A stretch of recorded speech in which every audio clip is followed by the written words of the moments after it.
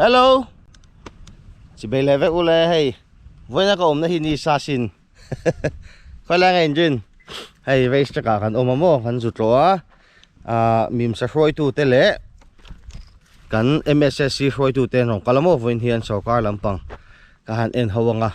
hay black top an chana mà sẽ đủ angin achak thei lawa thì contractor làm bằng nghe sau car làm bằng kha khăn soi thei to lawan mani in car ni to với nhiều hiện sport đó mà cần xoay tu tê, sổ cá xoay tu tê, nè cần en hậu đó là report cần xem đó nè,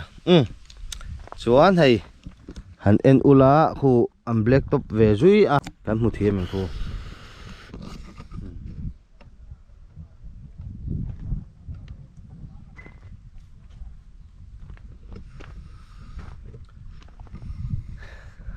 khu ta khu xả ra lâu bye bye lâu lâu hay. Công chú hết tiền hiền anh em motor alu chầu thấy vậy cả chú huy là bộ alu chầu thấy thôi ha mình sẽ làm mà cần nói đây bộ trên chuẩn là hẳn en en sim khai chú số là đủ đủ cả thấy hay mà càng càng mất sắc công chế over lúc tục motor four wheel bộ cả lấy thấy lâu anh khăn đi tổ là tu nãy chuan thì anh hiền in Jeep road anh khăn atlang tổ này car te po chho vek thei to ma se ka car chu ka keng chho chong lo khutai pe hang ka da le thi four wheel kal na ba mo chuan pit lane pit official pit du te po an ti tha to mai hai na thok te po mu tu no ma kal kol do ni kan race track hi zo wat va se kan ti khop mai kai ni chu mo dấu vật bắt thấy xí lậu lại hi bồi thà cái gì hi cho không ăn contractor ta bồn ôm chú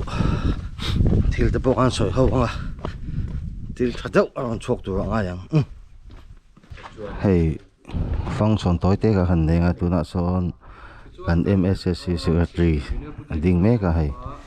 kan engineer tele kan MSSC vice president te anong kala hay thì hiện đến discussion lại meeting tối cái hành này lúc này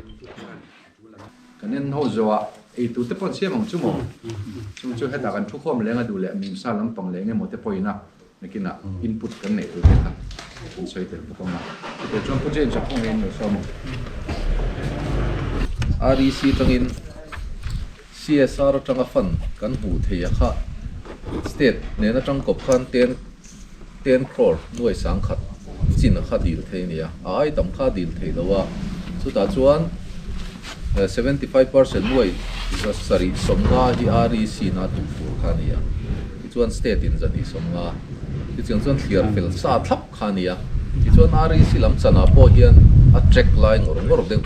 โอ้เจ้าตัวเตะ check นี่น่าเก่งเตะช่างเละทางหัวขันนี่จน state เทียน state พันจังเงินด้วยจะนี่สมว่ากันในจังคันให้ตัวนักการหัว building กันตีเตะ gate เตะเด็กดูดังโหค่ะอันนี้ตาเละอาร์สุ่มอมมีละรัวคนง่ายสุ่มมีเปียละมาชวนอัตลังรำมีหลังอังคารgrade กง grade พวกไงตัวที่ฟักคันนี่แล้วนี่ฉุกเฉินเด็กตะคันเสียบคันนี่เด็กตุ๊บมาอินอาเจ้าจงพวกค่ะเล็กตบเรียบพวกเขาไม่ตัดจินเจ้าขับเล็กตบที่ตัวละกงค่ะกันตัวมันมันสุกเฉาเดียวตักตัวขันกันเสียไม่เราจู่วันนี้ถ้าได้วินสาสกีจังอิน8 crore กันหูเบลที่แล้วว่าจู่จวนกงเกรดพวกที่ฉันนั่นตัวรินกงมาสุกเฉาเดียวตัวพวกเขาที่เฮียนทุกตักทรูกัดไงนั่นละทุกตักก็ทรูกัดแต่เสียมินกงพวกว่าไม่ตัดรุกเจ้าตัวค่ะไม่ตัดกัวเละ point ปฏิเล็กตบเรียนนี่ที่ตัวรินกงอาเจ้าจงพอหิมตรสมปฐุมะเลยเจ้าตัวขันรวมมันนี่เบลเลตาตัวเตียงส่วนซุ่มคำหุ่นดังจังกันหูวังคันเตียงเฮียนกันนั่งที่โซ่ที่ครับจู่เฮลายาโจบุลเด็บลายเตะขันิตาเสละเห็นให้ชูก็เทียนเอ็นไตละเลยไหลหลุงหุ่นเห็นนี่เปิดไม่หันเอ็นนี่ละเลยตักขิมูตัวระวังอันนี้นักกินนักนั่นตลาดกวลมังอ่ะค่อยไล่ไม่ค่อยโกปังเล่ล้ำให้หลุงเห็นเอ็นนี่ละอาการขันเลยฉัดหลังเข้าอมทุดเทลตีข้าเจียงเร่งอ่ะอาการหลงจงอ่ะที่ไหลชัวเล็กไงนี่อ่ะจู่แห่งการ excavator แห่งไล่กันมันหลายจะติดเลยทีแล้วนี่อะไรไล่พอขันกันบ่อยเขาปะ railway ho khol lian so lai si puyan lai na lung velan khoi na bi khol lian te kha ho saka mutiang chuan hei thei to pin lai thok tu te po hian an be be a har sat da na kha kan zu mu pui ve viu in ka hria kong awang hen har sat na na men lo kan to ka mim salam po khanin manen kal po khanin chho le thei lo khanin ka hria lo boi ve lo tum te po khan kana kong lam har sat na fura phei chuan na tho le thei lo khopin kana nom tlanga tiang te chu kan din khan ya po ni ta se hei kan pu te kai ruai den tiang hian tiang din ni kan an thleng theya lo mong khopin ka hria kan secretary soi ta kan khan te tianga concern association te ne na join inspection ang deu kan nei vui khat na ning ka hria field te kan siam nem le to mfa hi kan roi kal helo re kan la ko ngai lo re nga kan pu te ngai poi mo le ani ti la ya kha soi du bo kan itlam pui de khan ni pot sela KM hi a DPR ro man khan ya tuna hianin kan an final layout a chuanin 2.125 a thuyan ita tin so ta tang sonin a main street a hi meter zathum som riat hi ani chho to a tin hei kan han saktum dana hianin a base a subgrade chunga hianin WBM kan manga tin WBM chunga hianin open graded premix carpet ti hi kan phalia chubi chunga chuan seal coat tura ro manna masa hanita ma se khami kha hei puterem ti na le a thazok kan du awang khanin kan sum ne yang ang te han po kho ma tang khanin tuna kho chunga kan man thin hei tuna bituminous concrete tur hianin kan an ro man china nia tunan tho china hi chuanin keini azuk endik tu te po hianin alungoi thlak viau chon kan hriani tin heng ka soiba ka a technical aspect lam khachu kina zo du te om chuanin kan theianga nga chang turin kan lawin ringanga a zo ka soi thei tong ni mero che mim sala matang hem puili ma hi kan so manga ni hi kan council member ani boka introduction ten page sela ti chuan tin chumi zo chuan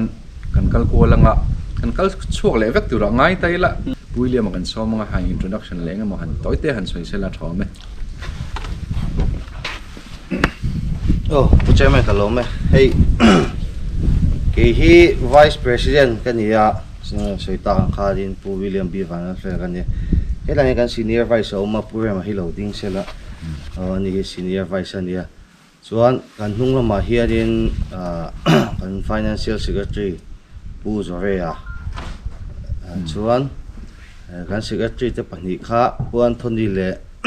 ubia ka khalo ding le sela ni te ti han ob kha kanong kala voini hianin jinna fakten kan secretary le kan GS le kan president hinong kal theilowa kha anni phaila mate anlo sia tiang kha kan gi hei nia kan soi china mi sa hianin a din te atangin tilai chu kan ve khop me ke ni hi min bo na sa ta wang hianin thuleng wa ki atam lo theilo wa ke ni pol hi chu kan chanem thin sia individual game me ti lo chuanin mi asang tel hi kan ni gan ji hut jela kha wang han thuleng wak le kha tiang zo nai tam thei em me a soi tu te po hi pressure menon penasa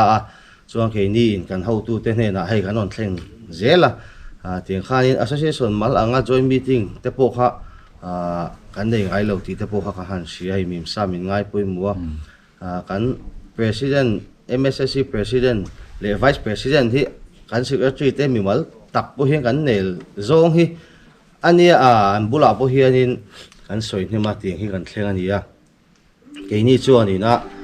akong a hi num thei ang bera tlan tha kan du khani me a be bom hi chu kan ngai poi mo em lawa a mim salam pang hi chuan approach road le hemi kong hi kan ngai poi mo ber chu ni me kan nau te chu ten no in an riak thale du mai do na ni chun hardcore ang me airfield anga te po engma i hul hip lo wa po car cloning kan theya kha ke ni chuan a man mo han dum hluk mai sela kha kan man mo thei chuan ti kha kan ngen na ta sela MSSC apo kan thlena India ma a hroi tu FMSCI te po anon kala kha ting khan a layout te a han ena tlai chu adik lo deuh ani hi ti te kha chu a om ve nel nuala kan ho tu te ne la kan siat tir zela hei voini kan thlenga voini a po hian ra tha chu ka ringa hi a chak zo ka malak thei kha ke ni chung kan du ber ani ti kha noi ten kan soi ve ni sela kalome voinia in local tour hi lekha kan don tang khat kan lo sei ho hala zo man kan lo tum lu tu kan ni hen mi a first layer hi chu amaro chu na china sar lo thlen pha sakhan ka lo so la hi amak deu mai chu helai na kan thona kan motor zong zong a hen hi che hi thato kan yoda chia pickup chia sk chia kinga carry a cheto boka tuna al to kan ka na be kha chele to boka khila hi ram hoi omane kan ti pm thuin chu tian de chu ne chu mi pia lama kan kholi a tha thei lo re kha paver a sensor po hi thepam mai a sensor kha an ti thada han tum thina thei box si lo hada kha manually nan ti top mai ni first lane nan boka kan tian ki kan en thlang ma se dang lam na om chuang nu tuk lo wa chu tian te chu ne ke vai ho kal chu dan rei thei se ka te kal thlang ha la training atlaya chuan guwahati a omangan ti lo om lo siliguri a omangan ti om lo le a topa Durgapura Kolkata bula ka zuwa nimina han ka lo ho chole ni ke ma po chuan voina hian an huwa ngala tuna khon technician hian boi puyam khatiang deuh kha ni helai chwa hian kan boi ve na sa khop me heti lai kan han hunga heti lai po hi kan la ti khok le don helai le so ti lai so kan la ti kho achan chu hei tira khan kan khurna hero pui chibula khon kain chuang ani alkadra hi ulai ta ka temperature kha kan han tissa deuh kha helai chhovela enge motan palpon alo dai man lo na kan tia ri nai kan thleng chhorang le sia alkadra kha kan chuang ut le sia asale lu tu kha ma se ti la cha first lei chau ne hi an mani kha poina om lo in technician hawen kirana te ho experience nei tha airport khoi tu de son ne a poina om le ne lai te chu chunga email son in ka pa thade min kan ti do lo me la second layer hian chuan cement nen mo kham ye 6mm mi kan mang tur al him ta hian khatiang chho tur kha ni khami ni wa khai lai chu poina om lo ve ti hian ke ni chu kan hre thiam tu lo jok an man he ke in khata kha khan ki na sarkar sum man na hi chu a thatu rani ti he kan thupui ni ve ta bawang hian kan thiam lo a theina technical zong phei jonang ma ke phei jong ga thai lo wa amai ro chu a finished product hi a quality hi thatu rani tin nakina he skal builders poninga helaya che mo tu puro watin ni dona ke ka kher mai ka chim lim khop maya puthar te poi ka norvio dona kina kan enanga thil sang sanga ka kha sarkar sum hi thata ka man tur ni ti he kan thupui ni to pa tin contractor kan thlon ve ngai lowa kan hlau ve ngai lowa a quality a compromise don chuan minister a po kan thlen the don lo ni ti kha kan soi rim dewa chumi kara chuan party pani contractor te kan ti long a nin kara po tho ho na thata ka khalom zel ta sela a party zong ani lowa mizoram thil ani ta kan duang deuh thala kan chhuat thei chuan international event po hian ron nei chang hal don ti hi karing ani chuwang chuan kan thil ti reng a hi sum kan man to na chei that le a chuan tunami hi lo num thain lo fel fai tha sela ti chuan a chei bek le upgrade lai kha chu thil har ani to lo wangin chulai te chu tun a ke ni ho lai ta hi poimo lai kan ni wangin thei top lo chhuat thar taila kan duwa tin mim sa point a contractor boruak le a har sat zia khe chung tho si in ke mani restrict thatak kan nei theina tura tan chun input in nei thakan be se ya amai ro chu a pressure group ang MMA in thil soyang dia le kha chu ke ni sum nei te engemo zong khan kan resource nei hena clean big lo thea churai te pochin thre thiam tlanga soi howa import la taka ti turin tran la thar taila ti kha voina kan non kal chan tlang pui chu nia ti chuan kan hankal ko langa nakina thingpuin zo kan han soi khom le ma kan vice president de pokon somji le don dia an soi kha kan sianga kan soi tu te le contractor ta po kha ang khol te lo chena sa khatiang kha ania hei tlaya kan nunga mi te po hi alkadra phur ani ting te mo chena han mi poi mo tak takin thun soya MSSC Mizoram State Sport Council kan secretary te an suai tu lu tak takin thun soya le contractor te bon kha kan se thiam tlang ome MSSC hen ke ni po executive ke mai kanimo chuan mim sa hian soitong han kha suai tu kan ni na ang khanin enga mo sarkar committee thil poi mo hengan ve nuala kan thu khom ve china hai kan ami mal hian ka au chu pui ve na sa ni hi kan thalai ti tan hian mo race check tu hianin kan sport minister pon mi akhak ti zoka hi ama pon race check wang hianin in hau taksia in kalkong siam na rengot po hi association dang building lian deuh sakna thamania nang ni chu a race check ba ka akal kong po hau tak lu duka min ti adik khop mai kha khamo midang ne he kain ang lawa kan chan tla na ngai ni a soi tu lama tang chuan kan ti thei chu kan ti na sa khop mai tuna kan ngai thak ang khanin kan MSSC soi tu te po khanin football field hi kan siam na sa to MFF soi tu te joint meeting kan nei pui ngai lo an ti hialani mimsa chu kan nor na sa tuna hei kan soi tu te joint meeting kan nei a teng hianin race check te po ka han en le ni ta kan kal chok do na kan non ti zel do nia a black top hi chu ti hian an khoi zela an zo the mei tu ngai tai la har sana an nei neu ta kha han report a hei barricade hi an siam chana hei thir lian sa deuh mai nei lo phun to tla hianin phun kol do ni thir chon tla hianin driver te pon da lenga thei hi main U-turn hairpin tu hani ta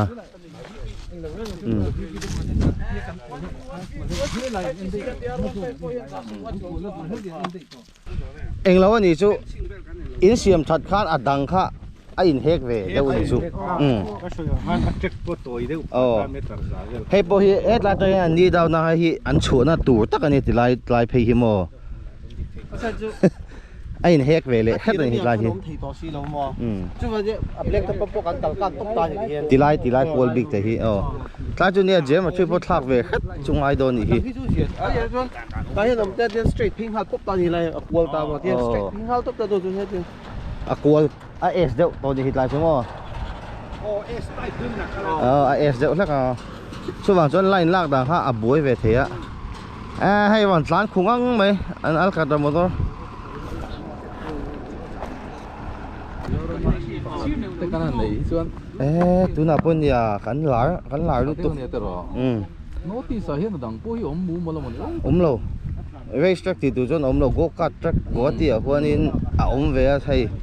te mo mi mal ta chu po chu ai zo la te chuan la siam tum se har lo vi awanga ya ni tlang ram hei chu national event thlen thei na tu ni boka mo nam dang hian on chak to dok tu na ang lawan ti ve vi awang chu chu lom tori sa pho kan kang phang mo tu na hian in South India khon pani oma chu chu national event ta hian in kan in man chok ta chinai le kon bai tor an ta chu chu hetla hi an on interest to lu to ko mo an on phur to ni chu an black top hi chuan zau ve ta zui me ala zau a sem thi chu nia ai nang vek thei lo wa kol lai thi chuan zau ko pang ngai ta ka thi chuan no 9.2 kha chu straight lai deuh chu ang kan không nghe là hết lại hi lại cái nồng này nong ba chu me chula e khang lo pot po pi te al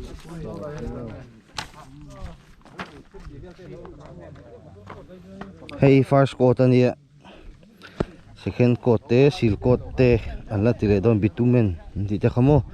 alla phale don na thatura ngai teila fit somli pakhat le chinga fit somli ra chu ni dei ni hi fit somli in azau khop me la hi fit somli pakhat ania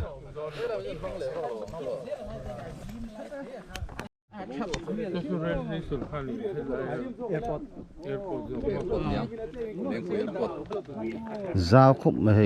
a technical tur chi ta ni achak lampang hin kat chen le to boka mo ma ai khan ama ka chon fit som ni tuna a lo kat chen le ta nual ta fit som chuang in hei tilai kol vel thabo hi in pha thla ve zui to ni hei hi soi tong khan an kol te chi ta wangin finishing la thei lo hei hi a first coat na ngala ni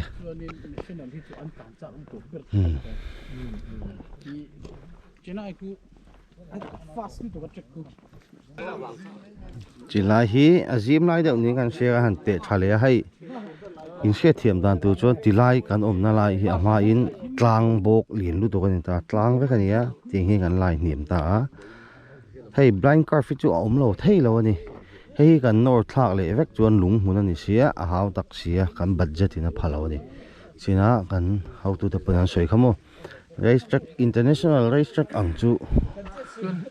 kan siam thiam ma se kan budget in atin thot silawa kan budget milanga kan siam anga ya ti kha an soya ani na chen chu om view mai hei lai po ya blind do na I ama a kan kal masak ai kha chuanin a blind car fly kha chu kan nor zau ti na sa to an lo kat ven wol to fit som chong ten kan ti khamo hei po hi antina hei kat taila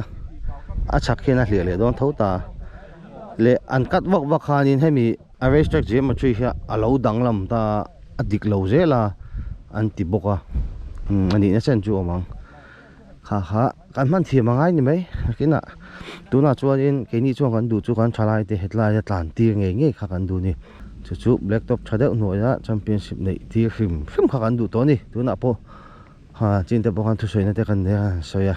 a be bom ve kha chu kan mam mo lo hemi racetrack man thei kha kan du ni kha kha kan du chu ni mai tilaya an mim sa rider te han ni down ti kha kan du ni chu tan thei to pi kan chu ni foi tu te hi tling lo hle mai la soi sel na tu po kan tamang amar chu alang lo lama office te kan dor na sa a khati lampang kha kan che chhuak ve na sa ni engma hlok na om lo hin mo ni ta ka chuan kan tui em a kan mangai em a chu chu ani kai man ve kham sam na chan po hi mo ni ta ka chuanin foi tu ni po hi thil nuam ani lo ni mi soi sel kai reng te hin in om kan ha ve thina mani in lum chho sanin mi race car tuan ten track ka han kalamo ha thak ve thina ni ke ni tan po hianin ka kan rider te mi puilam pang te bo kha min se chak ve thin ula lo po nei lo in kan kal ve ji ni chu patling pumpa kut beng hian race zo heng an ho ve ji ni o sponsorship kan mu that le petrol man te kan nei ve to ka ni sensan waya an thalai te tan hian kan ding dileng thak thaka khang te kha kan ni na soi ve deuh du ani chu ma se amangai tu tan chuanin at the end of the day anu me vek mai ni kan thei ngil vek kan ha te khamo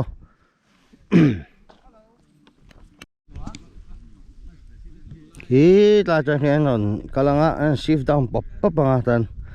han kual ra yang mo nuam dong khop mai zo hun chu I kha ka video masasok racetrack chung changa te khanin ka han kala chane mai takin mim sa racetrack ve chu a ti tok kha han tama mangai tu tan chuanin chongkam huat thala deuh chu ani ve thawa mim sa racetrack a offer tin do man ti jok don ni kha te kha anon tia ma se hei nuam chu kan ti ve kanga biking community ve kani ma se khating in di el na te kha omlo sela thei top kan chu hei kan thei top chu na te hi min pom thiam sak ula mom she thiam sak ula tuna chuan ram nuai ni lai changin kan survey a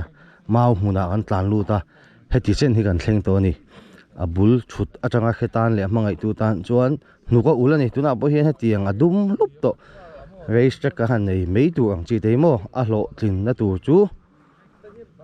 kan sokar le contractor te kuta chuan om tho ma se kan ti thei tok chu kan lo ti ve ni a zo huna phei chuanin motorsport mangai tu tan chuanin nuka ul thei don lom hetia a construction an kal rungop po himo a zo huna phei chuanin vil ru ngai to na thui viau mai theini tilai mun te tarmac nge runway puilu tuk tur le nia han soi han tla hi ten ang akualanga tian mo he tilaman akol thalenga tian chu chu akal dan tu ania nga let om to khop mai tan chak po no mang hay hi uphill đậu lek tu ni mo tan chonga ko lenga right corner hey left corner ni down na tu clear ni hi kan mi thla ai tam tak ai cho katlan chak mai the tu na train race track layout ka ji hal cha cha ha making na lai tu te khai hey barricade kha an siam do na hay an phun vek to tiếng sóng sóng hi mo so airport bo lang chiang ngang bai hem ngoi ji so hay hi an phun vek anga cement concrete in chuan tan steel khan kal tianga barricade pui do na sin hay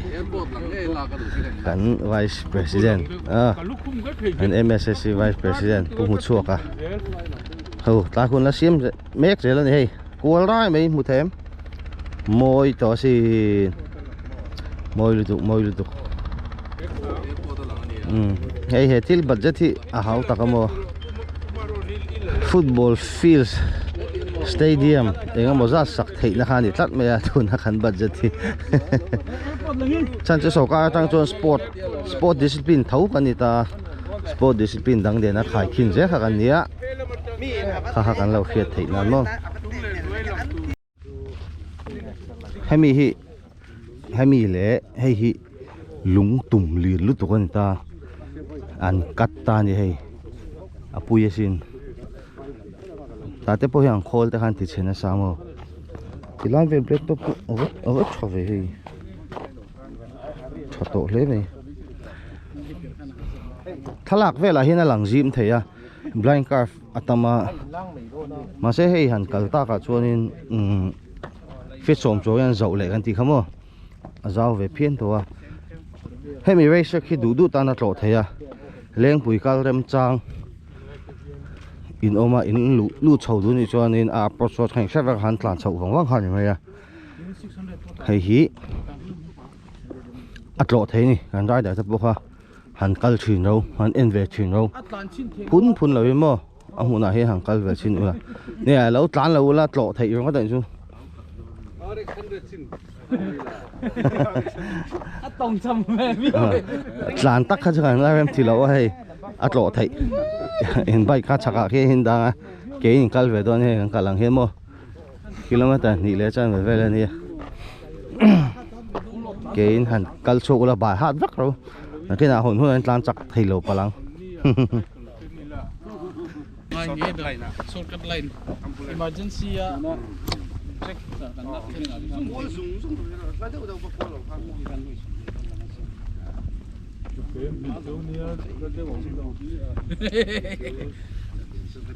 game 11.125 sekian meter zasab di pengal memo meter zasab di pengal tu helai lah lại hiền lâu thọc múc một bài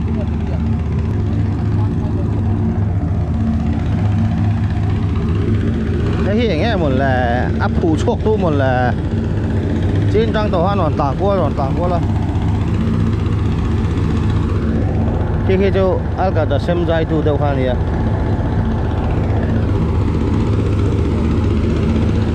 cái hiện call về nghe nếu mà chút cua thì hay phù đó anh xiêm mà bạc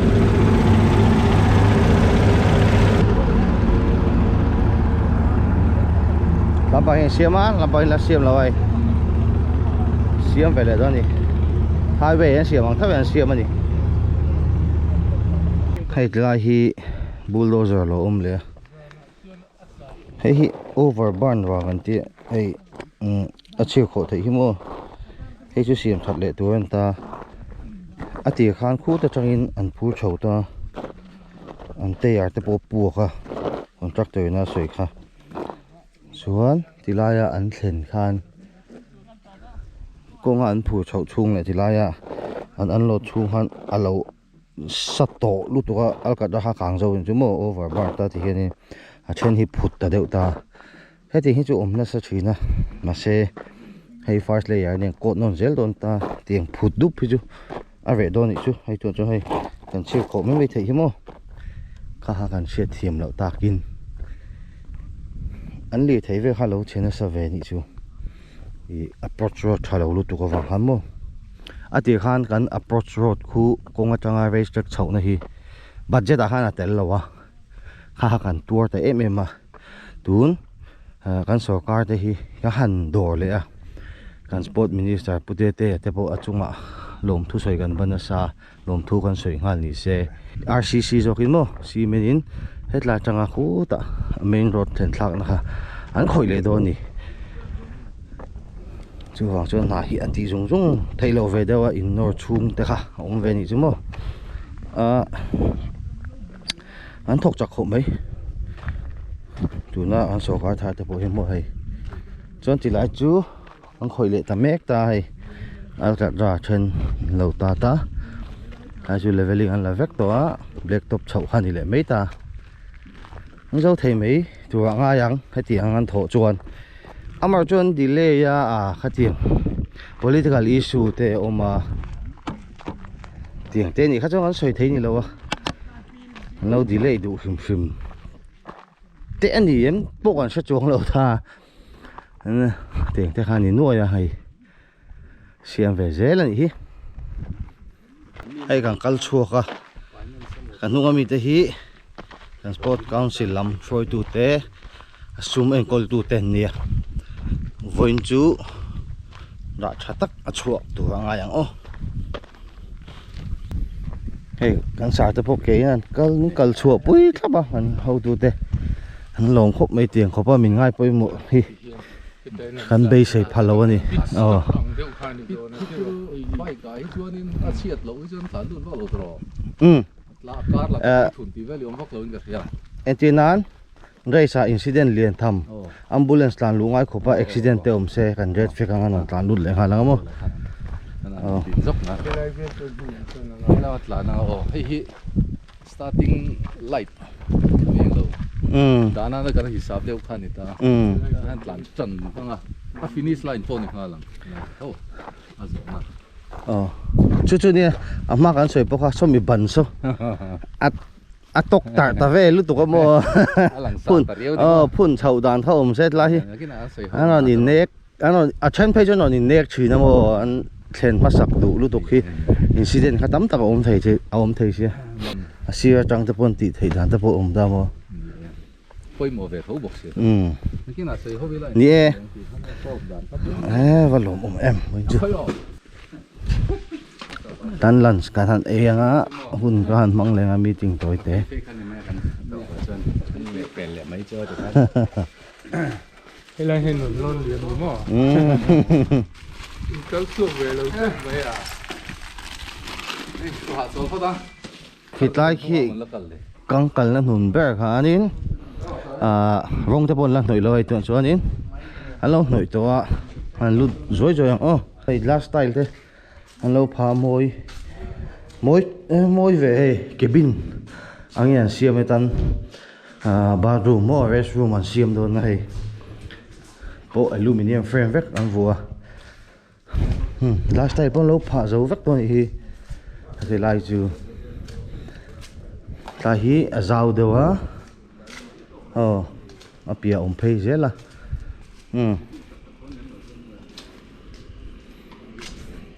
national ta kan thlen chon hei mi khol ta bo re ti thei ngal do ni hi ma se tui hi alu chodon lawa tui te electricity te ngai to la tamani hu an alkadra kan ti vek me ke ni chon se tak lawa bitumen ten ti to chen khata chomo sil kot ten ti le hei ha sam fai vek ai ha la khu airport po lang chiang ngang mai amoi to si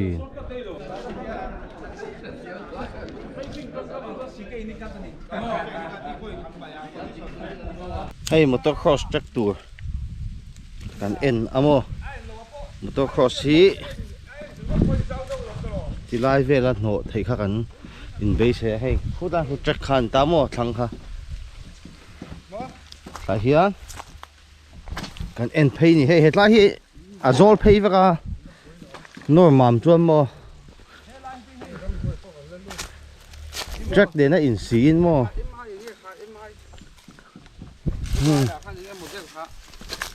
ngắm đuôi cả lít này nó to hay thính tủ luông nó phải thấy vết rồi không hay mình chắc khu là ha nó thấy vết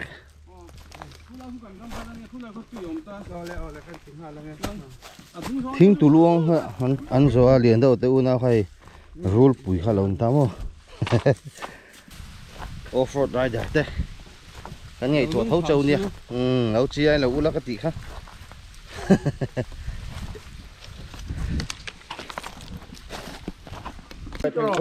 kan video mà sai anh khai chân hay bị bẩn hi áo áo lúc đó có mò hay sơn tuổi mình cần tiền kan áo tu tên này anh soi hậu anh đi mình nói cần chịu chân hay thì đắng làm tu còn nghĩ thế hay anh thì đắng làm này thôi là tham muốn lắc khóc mày vẫn chưa hay mình cần sơn sầu khét tăng á sốt lai à anh lùng cái poso sơn sầu tuổi kan soya kan MSSC secretary khan sun chho tu khan ngien bo kain te nga la ni chuan tlang a ron hiam thei the an rot hiam a rala tanga ro comment tiang banking rek ko pang kan sudon sin ha in lon ti thina a thei rek lo ni budget thi hau tak lu thu mo a huna hena kal theya a en the ni ma se tlang tha an la rem ti lo soi to hanin chỉ là hiện car tập bọn rất là nó chú vàng cho nên hay mi mình cái chỉ lộn phá đồ nè còn MSSC secretary hay hi Bumaro nè nhé tụi nó trong mấy cái Bumaro nè MSSC secretary nó fail cop mày cái thiểm em mà tụi nó còn MSSC vice president bụng một số cả đặc biệt một số cả ông bố à anh đi là còn ba tay gol mà thì sẽ cái gì cô ông bố tiền chú cần đi tuôn chung còn soi tụi thì soi xe lá tụi nó đâu đi phải lưu tụi nó hay muốn nghe là cần thiếu soi xe thế mình nói em bây giờ thì hiện mà là đàn tụi ta hàng soi lẽ anh tính ngay bộ anh tính ngay tụi bộ ngay là thầu mày ni kum December thà kan zowang ka juk tia kon fi takin a se motor khalo chele le the mang si lo khai January thla top chu kan ti le maya ambai lo chum han nia video min on thon na ke puak lai ti vel le JCB nai han nor pui tiang chi vel kha ka juk thon thla a the thiam ta deu leka ma long kal ve mai ro i the thiam ve mai te ka juk ti hial nge nge ni a chang tu ber ka ni wang hian zo vat vata pe fel vat vata ti hi ka chak ve hrim deu to a tin chu soile soinu ministry pa ni inkar vela chevel kan ni wang hian a khoi lam zo ka tang po ai nga mo han soi the thế hi lom về đều leka khát tiệm kha amai ro chu om lo zel sela party thil om mi lo contractor te parin lo shet zel tu ra chu party thil ani lo zoram thil ani a hei hi nakina chon national PLM international akan mel ron pho chok wat thei tura be se om de zinga mi ni chumi ni wang chuan voina kan kal hi along om katia aban na hi fit nga vela kan son chonga pelai lung rem hi nimsa ina min request angin kan contractor te pokan han request le ni chu fit nga vela han ti chho le kha chu kan thret tlanatan ni ta sela chu mi ba ge ro kha chu tunan na hi zo wat tunin kanin nor ngat to an zo fela e abba ka hi chu om thei chiap to lo mai thei a ti khan hanom phot sela bul han tran photila upgrade je la kha chu mo e tourism thilte le enga mo thilte po a lo attract few page on sarkar deal khanom te zelta and develop back dan na kha chu voi khata ti vek thelo wangin kha chu kan la tang ho zel tu rangai te la kan ta ka chu toy te kan swinga a sei de kon toy te ni thau do na huina heta kan en hi kalom khop me kan tram hasa council tram hasa khan an sei thina council meeting a khan ma se kan zuk en ve lem lawa engin mu khachu kan lo kan nu la ma se tiang hi a hau tak zia abula bala kan han mu hi alo mo ti khop me ya hey kan hun te lo tlai le ta kan hotel lo hun le to a da ni le chan ve a vi to ke ni bo kan ho chawanga lo tlin na au mai to ngai la ma so na tam tak ve ni apo kan muwa contractor te pon har sa na te pon soya khang khak anita kan channel te milo en sak thina long khop mai Signing out from William Bolte. As always, peace out, baby. Bye bye.